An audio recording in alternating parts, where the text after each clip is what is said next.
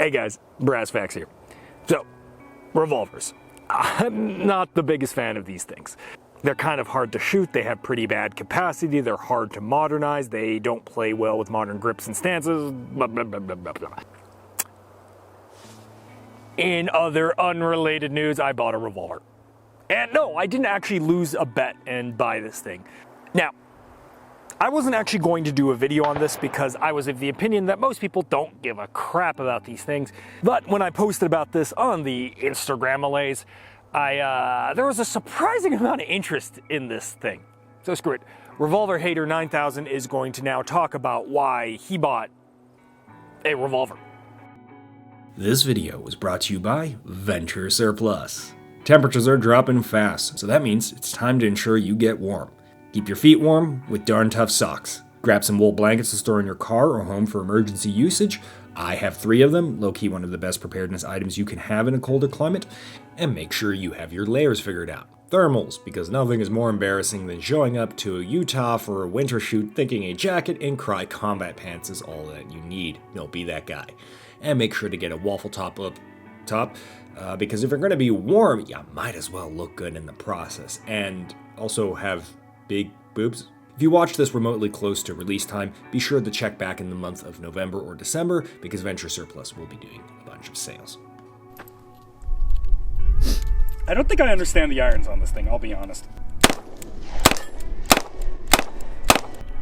And they give these things to women? From a concealed carry perspective, these guns right here have all of my bases covered. G43X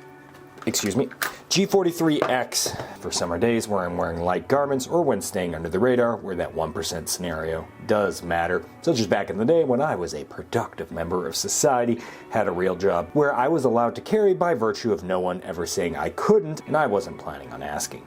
But yeah, this thing sucks to shoot big time, so most of the time I'm carrying this. If you care, EPS carry, 147 gold dots, and a molested holster from Gray Matter Concepts because I removed the appendix sort of extra magazine and I don't like easy carry clips, so I tore it off and put this ancient Incog holster clip in.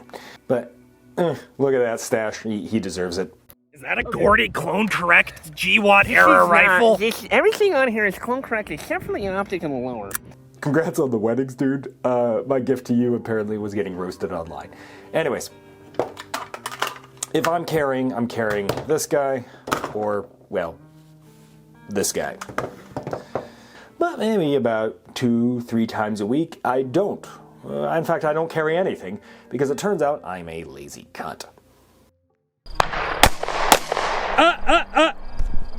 Ma'am, that's the wrong gun. You're gonna want one of these. Yeah, you're a woman. What was I thinking? It might only take 30 seconds to put on a belt and to clip in a gun, and if I'm going anywhere, that's exactly what I'm gonna do. But if I'm only leaving the house for, 5 minutes? That is about 29 seconds too long. Bringing the dog out to poop. Screw it, if I die, I die. I'm not putting on a new pair of pants. When I run down to the Maverick to reload on watered-down beer between rounds in Tarkov, chances are, if I wasn't already configured to carry a gun, I'm not bringing one. Going to the climbing gym and doing a run after? Sure, I might have a gun, but it's staying in the car because I don't trust a striker gun to do backflips in my gym bag, holster, or not. What if I'm at a truck stop as I travel throughout the country with the Brock Pedovan and the morning coffee poops kick in? Well, there are significantly more pressing matters than getting a belt on right now. So while these short excursions only represent maybe a single-digit percentage of time carrying, they are just as, if not more important than when I spend long periods of time with my G19. I'm in a city and the homeless population is growing as fast as inflation is. Actual inflation, not the new number that the politicians made up so they wouldn't get eviscerated during the re-election.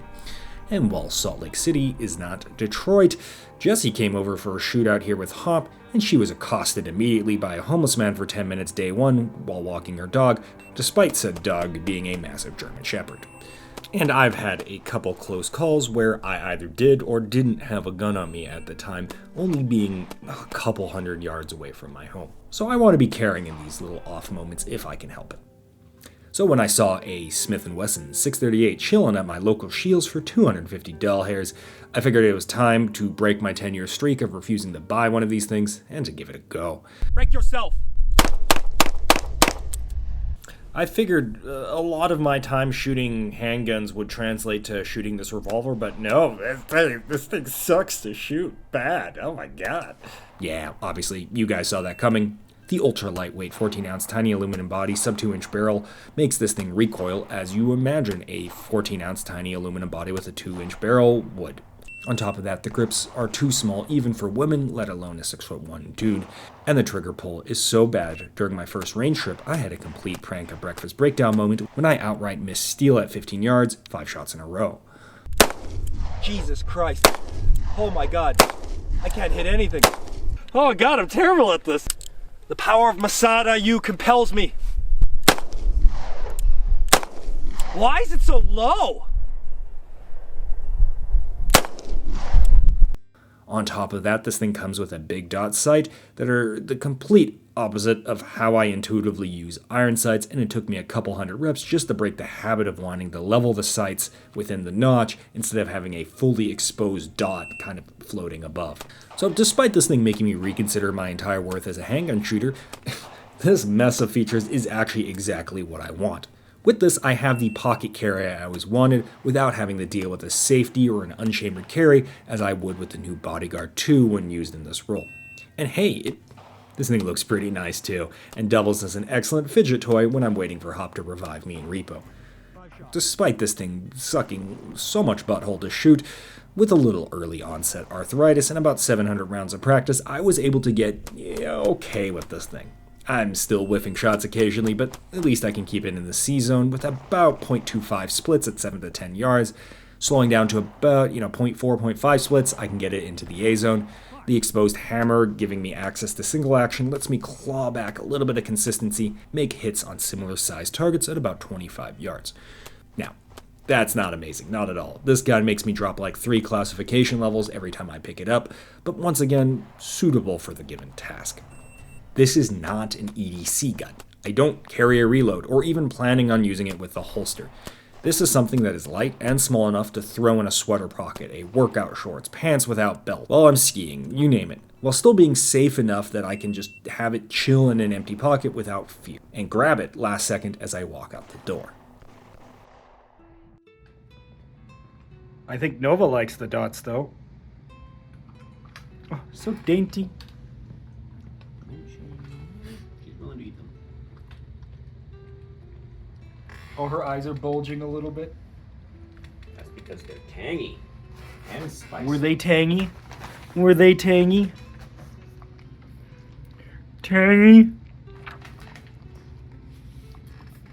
These are doing the opposite of growing on me, actually. They're getting worse. Yeah, they are. Yeah, it's not very good. Fuck you, Windows!